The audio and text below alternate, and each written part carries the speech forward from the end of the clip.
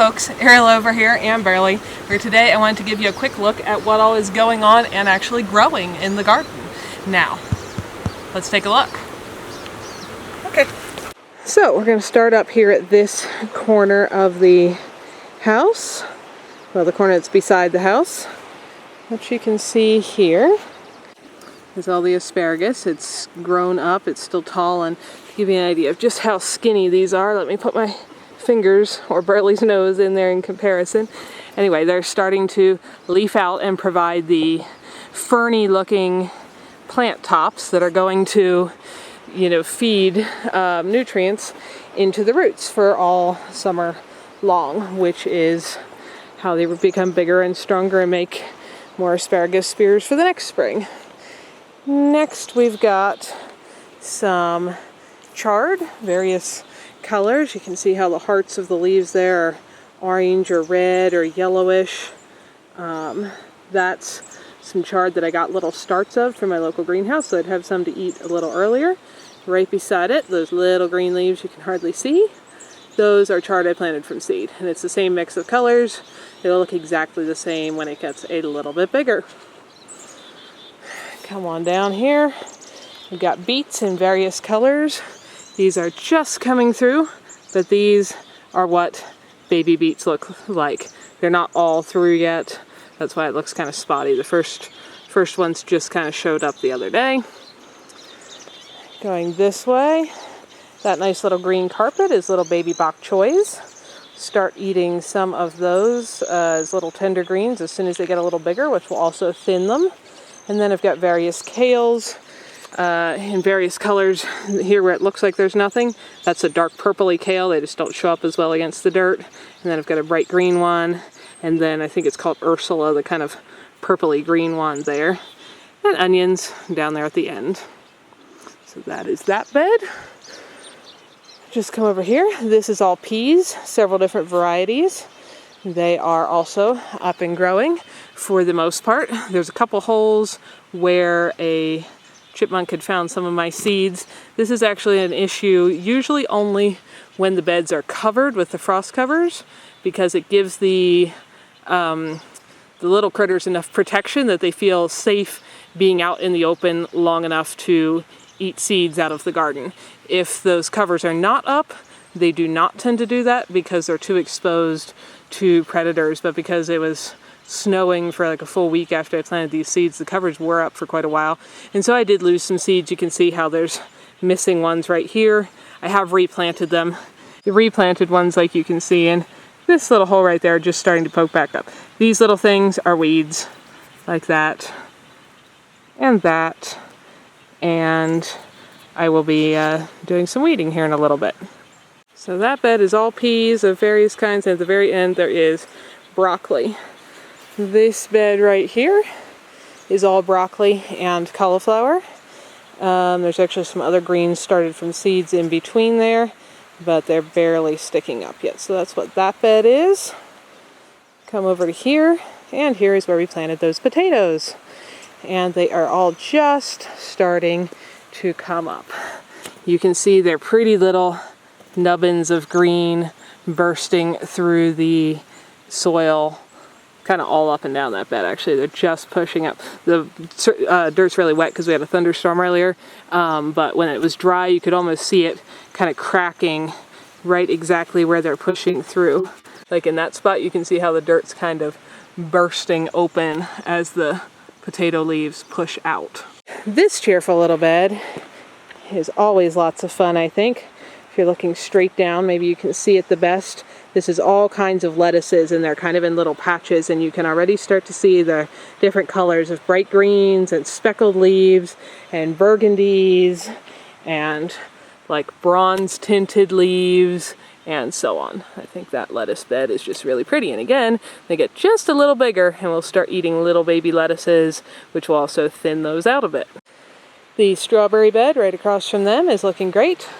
Strawberries are in bloom. If you've never grown a strawberry or seen one growing, here's how it works. So this is the flower, and the middle part right there where it's all yellow in the center is actually the start of the berry. That's like the female part that's going to have the baby berry, and these little These spiky things around it are the male part of the flower. So when bees or ants crawl around that flower, they rub the pollen off the male parts onto the female, and that's what fertilizes the strawberry. And then as the petals die off, see right over here, you can see how the petals fell on the ground. So this one, its petals are all gone, and that is the strawberry in the middle. It's still little tiny and green, but that's going to get bigger and bigger and turn red, and that's what will be the strawberry. This bed, much like the matching one just behind me, there's 2 broccolis there in the middle, but the rest of it is purple and green cabbages, along with a few weeds. Of course, over here is my lovely garlic patch, which is doing spectacularly well. You can kind of tell looking at it from the side the different varieties of garlic. They're slightly different colors and slightly different leaf shapes. They were kind of planted in patches there, but they all seem to be doing very well. I also planted beans, green beans, purple beans, and yellow beans. They're just popping through. Like that one's been up for a day or so, and you can kind of see under its leaves here. That was the bean seed itself that opened up and pushed out the new leaves. And like over here, there's one that is just pushing out. It's still curling up and lifting its leaves out of the dirt. So they're just sprouting up. A whole bunch of them still look like that, or even a little further under the dirt. That is another bed full of potatoes, and again, there's little green nubbins pushing up, but from standing up and not looking at it close, they're easy to miss. Hopefully in a little bit, those will look large and noticeably green. Over here, we have down this side, I have some bigger onions. I actually bought sets from my local greenhouse they were started from seed, but they started them in their greenhouse where they have plenty of light to keep them from getting leggy. And so those will make my bigger bulbs. Down below them here, where again, it almost looks like nothing is growing. These are the ones I started from seed right into the ground. These little things like this that look like grasses right now, those are onions coming up from seed. And exactly what the bigger ones look like when they were smaller. Except these will not, I know in my growing season, have enough time to make a big bulb, so I will use them like a scallion or a spring onion and let these larger guys up here mature into ones to store for use through the winter. Now at the other end of that bed, I have some more broccolis and horseradish on the very end. That is growing out there. Straight across from it, the rhubarb is looking good. I think in a day or so I can probably start to harvest some of that. It is very big and beautiful. And let's actually go back and finish covering this side of this bed. Down the center, along the trellis there, the split cattle panels, that is cucumbers growing of varying kinds. And on the edge, where again it mostly looks like nothing, I have more beets planted. And again, they're just sticking through, like those little leaves you can see. And some of the varieties are a little more vigorous than others. This is one of the reasons I wait to weed here till things get a little bit bigger, because that's a beet, these guys are beets, that's beets, but all these little green ones in between are just weeds. So we'll just pull them out and compost them when they get a little bigger, so they're easier to grab and definitely easy to tell apart from the beets.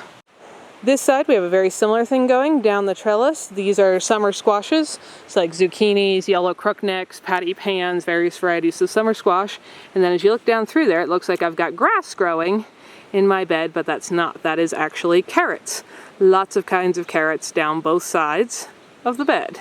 Now when carrots first come up, they look really grassy, like all these little guys here. That round leaf is a weed, but they normally look really grassy. That's called the seed leaf. Almost every kind of plant starts with a seed leaf.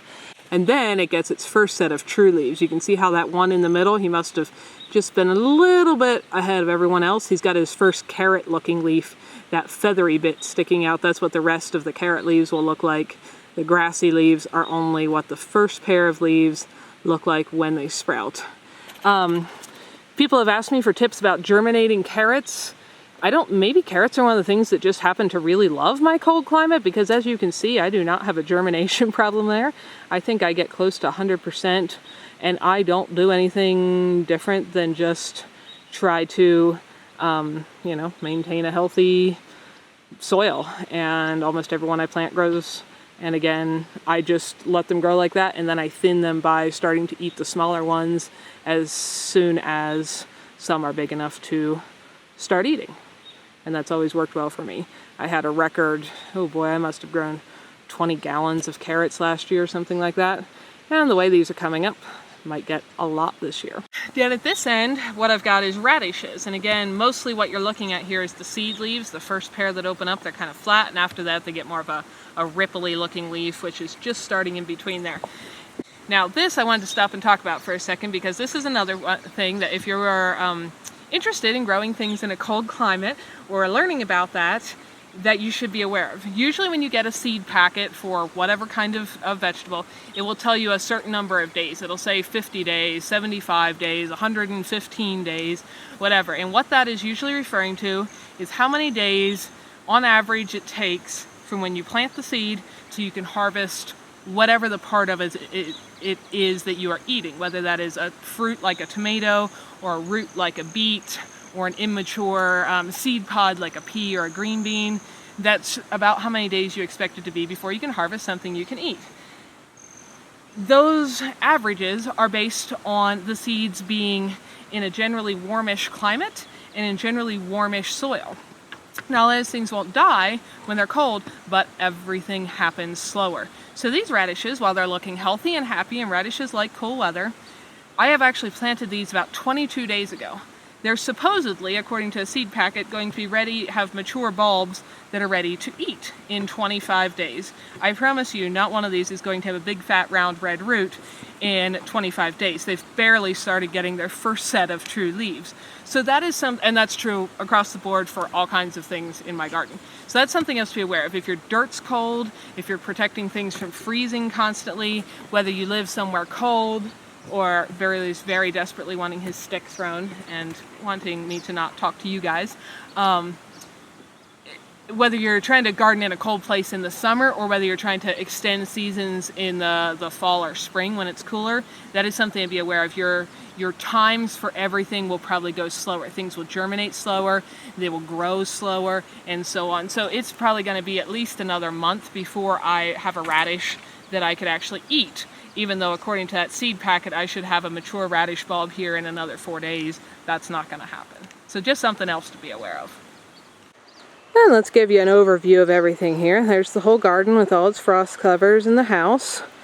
And here, where Burley is showing me that he has a stick, this was the old garden. So there's very little dirt left here because I scooped it all up and put it into those raised beds right there. So pretty much now that is down to being rock. Everything I live on is rock, more rock, and lots of rocks. And I took out truckloads of rocks to create that rock-free soil on top that I could garden in. Now, what I have done over here, and why there's these patches of hay on top, is I've made this, hopefully we shall see how this all works out, an herb and medicinal plant garden. So what I did, and some of these have started to sprout, some have not really yet, but this one's a good example. I just scattered the seeds, and we'll see how well they can do with very little actual soil here before they run into rocks. I scattered seeds, and then I just covered them up with the straw. Now you can kind of see, like there, and other places through there, the little green sprouts just poking through. So that seems to be working. And the gaps in between are just because I kind of made patches, and my hope is that eventually it will all fill in and there'll be, large, easy to find patches of each herb, but that it will become kind of a wild, self-maintaining perennial garden over here where I can harvest things and they can go to flowering and being gorgeous, and the birds and the bees can enjoy them as well. So that's my goal here. We'll see how well it works. A few of the things I planted are definitely borderline for being able to grow in my climate, so we'll see how many of them survive. So that's what the garden is looking like. Now the important thing to note is I know some of you guys really don't believe me when I say there is actually no official frost-free growing season and we can get snow any time of the year. But in the forecast for this weekend, they are calling for 25-degree temperatures, which is more than a frost, that's a hard freeze, and possible snowfall. So that I should be able to, and that's pardon Burley's big tail.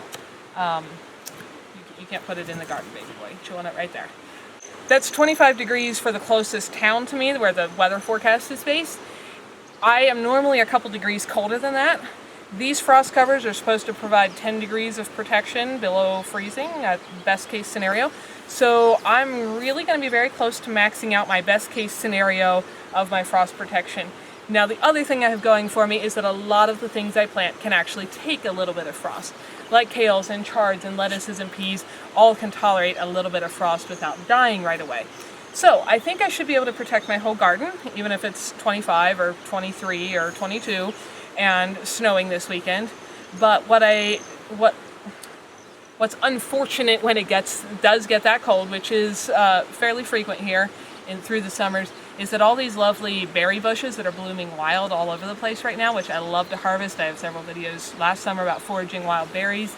They're all in beautiful full bloom right now. All the service berries, the currants, the choke cherries, wild crab apples, they're all at the absolute peak of their bloom. And there are a lot of years this happens. If we get a freeze that hard, that will kill all of the blossoms and there will be no berries for another year. Which is unfortunate because I love to forage wild berries, and of course the birds and the bears and everything else likes eating wild berries. And there's no way I can protect every bush growing wild through the woods here. So we'll see what happens with the weather, but I should be able to protect my veggies. I just am really keeping my fingers crossed that the forecast is wrong, and because that's when the blossoms are at their peak is when they're the most sensitive to being frozen, and that we don't lose the entire berry crop of all the wild berries for the whole year. But that's out of my control. So we shall see what happens. And you guys should let me know what's going on in your gardens right now. I see other people's pictures, and I know some of you are probably like picking tomatoes and harvesting all kinds of things and so on right now, while my seeds are just getting started and getting their first true leaves. So tell me down below what's going on in your gardens. Hi folks, Ariel over here. Thanks for spending some of your valuable time watching these videos. Hopefully you found something beautiful, educational, interesting, peaceful, relaxing, or useful while you are here. If so, find more videos here, subscribe so you don't miss any updates, and if you like what you found here, feel free to like and share away so that others can benefit as well. You all have a wonderful day.